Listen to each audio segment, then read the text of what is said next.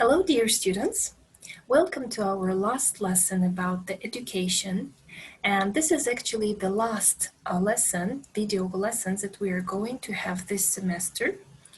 And the topic of today's lesson, should university be free? Let's have a look. What are we going to speak about today? First of all, we're going to have topic discussion that is devoted to our class. Then we'll have some vocabulary revision. So we will learn some new words from the text. We will read the text and have some exercises together with you. We will discuss new grammar point. So this is non-defining relative clause. And we'll see some differences between non-defining and defining relative clauses. At the end, we are going to practice and have some exercises devoted to this topic. And hopefully we will reflect and see whether you could understand today's class or not. Let's start.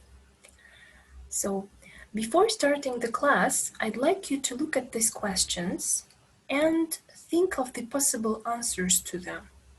If you have any friends or if you have someone with whom you can discuss these questions together, that will be a nice practice for your speaking. The first question is education free in your country? Next question. Do you know any country that has free education for everyone? Next question. Do you know where tuition fees are really low or really high? Please pause the video and answer to these questions alone or with your friend. Thank you very much. I hope that you could respond and answer to the questions. Now, let's move on and see the list of new words. New words are unsympathetic, equality, loans, poor background, unfair, privilege, rely on, put off. Look through these words. Some of these words can be familiar for you, some of them not. If you know some of them, please look through and try to remember what kind of meaning they have. Now, let's look through the definitions of these words. Unsympathetic. So that's a person who had no feelings toward others' problem. They don't show any sympathy or feelings toward people. Equality. This is when you are equal and you have the same rights and opportunities. Loans. This is usually money that you borrow from the bank and you have to pay it back with some extra interest. Usually this word is used with the collocation take out. So you take out a loan. Poor background. This is when family doesn't have enough money and as a result, child has life or family with not enough financial support. Unfair. This is when rules in the game or any type of sport are not followed and something was wrong. Privilege. This is a special right for a particular person because he is granted for it.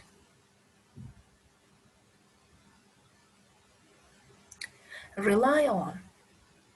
This is when you need somebody's support or help and you can trust on that thing. Put off.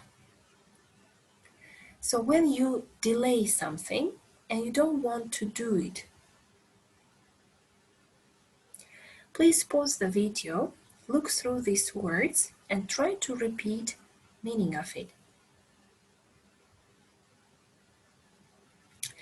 Thank you. Now, here we have one article together with you. I give you about a minute to read the article and find 3 reasons of free education in this text. I ask you to pause the video for a minute and try to find 3 reasons why education should be free. Please pause the video.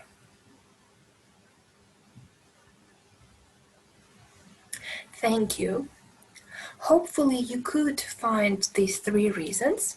And now let's see what kind of 3 reasons do we have in order to study for free.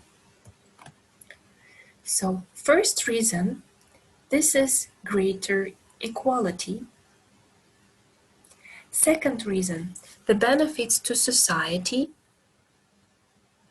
Third reason, the economic argument. So I hope that your answers are the same with mine. Let's move on to the next exercise. Now you're going to read the article and match the paragraph that summarizes with the sentence. If you have your book or if you have printed material that is uploaded in your Clanet, you can look it from here or observe it directly from the video. So now I show you the summaries.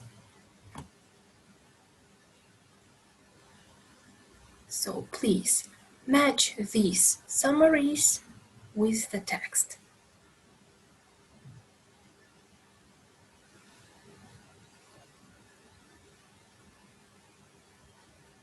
Pause the video, read the questions. If you have ready text in your book or paper that you printed from the Clanet, you may use it.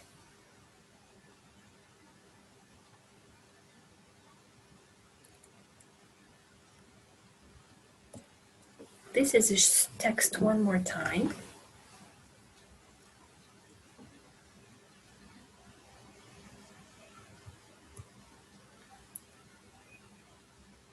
Okay. After matching it, you can put these sentences into the correct order. So here you have the correct answer.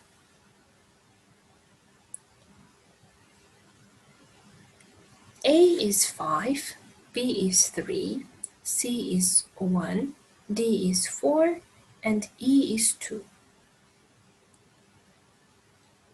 I hope that your answers are the same with mine.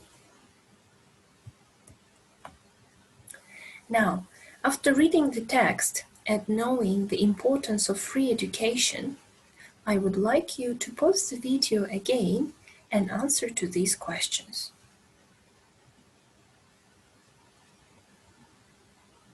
The first question is, what do you think of free education for everyone? Is it worth going to university if it is really expensive?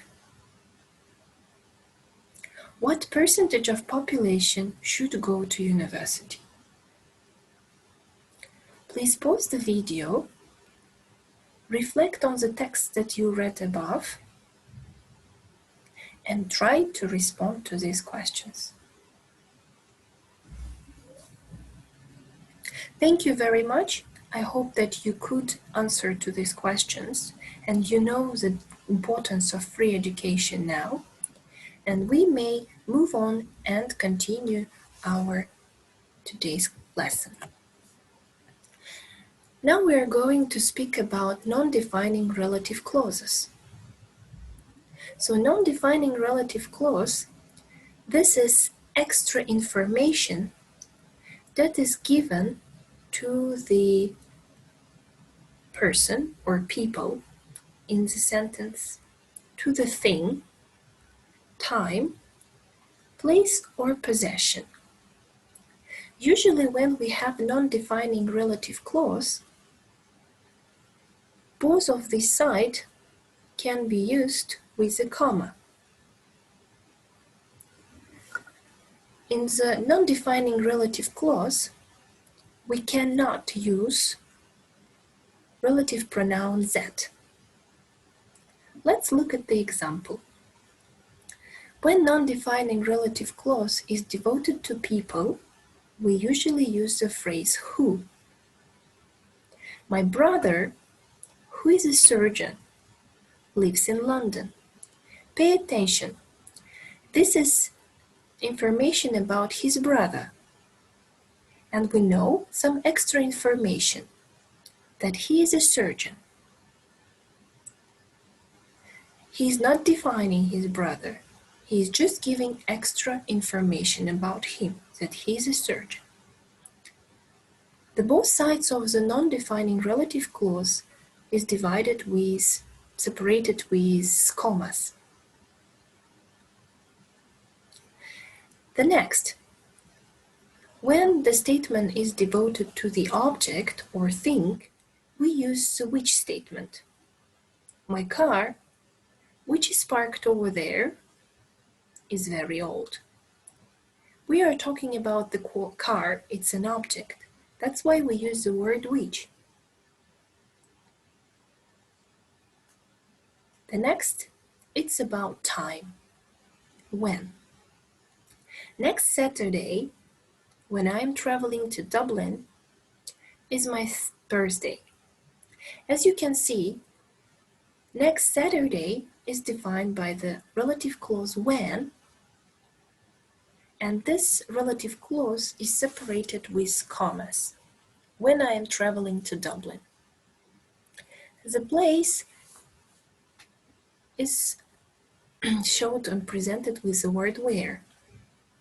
Cordoba, comma, where I was born, comma, is a nice town.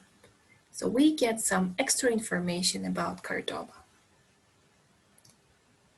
Possession. Here we have whose and noun. Usually they come all the time together. Carmen, whose brother is in your class, is my best friend. You may see that whose and the brother, they are coming together. This is again not a definition of a Carmen, just one extra information about her.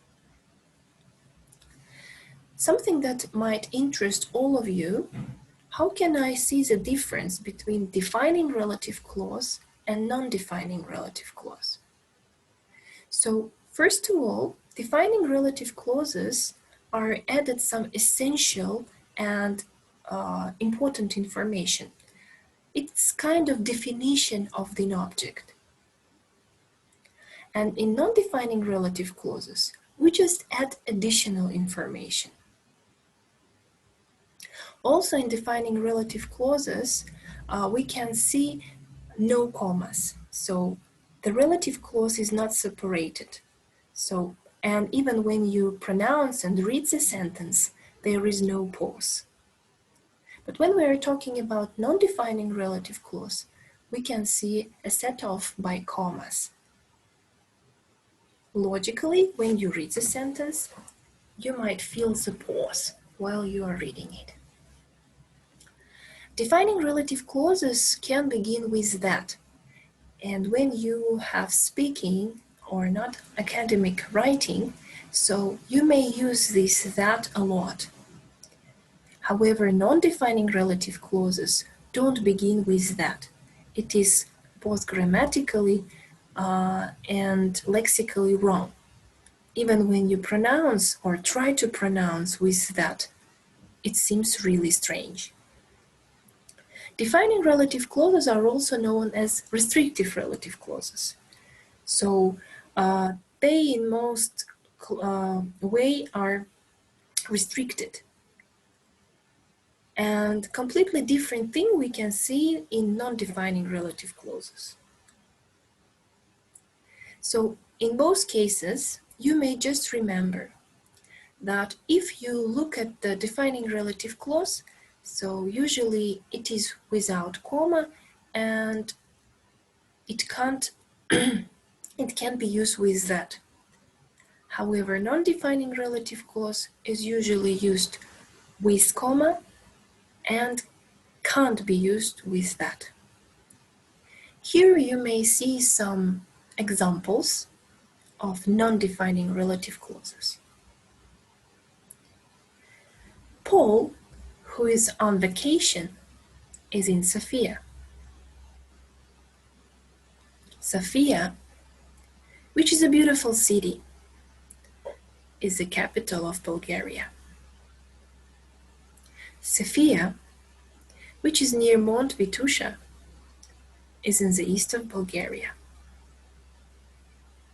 Bulgaria, which is in the Eastern Europe, has a population of 6 million.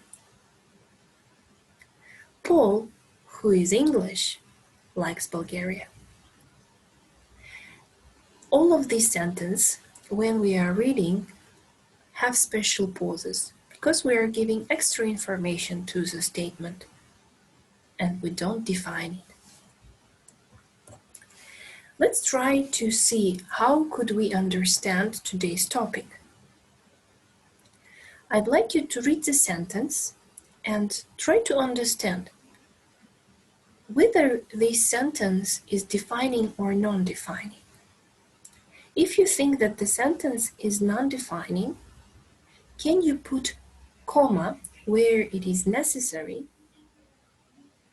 and omit the comma where we shouldn't use it?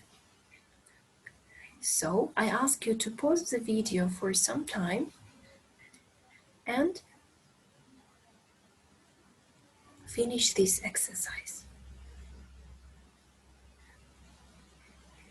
So hopefully you pause the video and you try to see where we need or where we don't need a comma. And now I will show you the answers. So you may look at the questions, you may look at the answers and compare your answers with the answer in the book.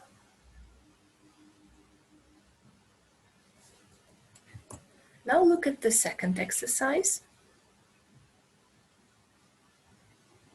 Here, you should make a sentence that contains a non-defining relative clause. You can use whose, which, who, and where. If you think that there is important comma in the sentence, you are asked to put this comma. For example, American universities are now facing a lot of competition. They have attracted the world's best students for over 50 years. American universities, which have attracted the world's best students for over 50 years, are now facing a lot of competition. Dear students, please pause the video and put it to the correct place. Don't forget, if it's necessary, use a comma and put correct non-defining relative clause. Thank you very much. I hope that you have already done this exercise. Now, let's look at the answers and compare your answers with the answer from the book.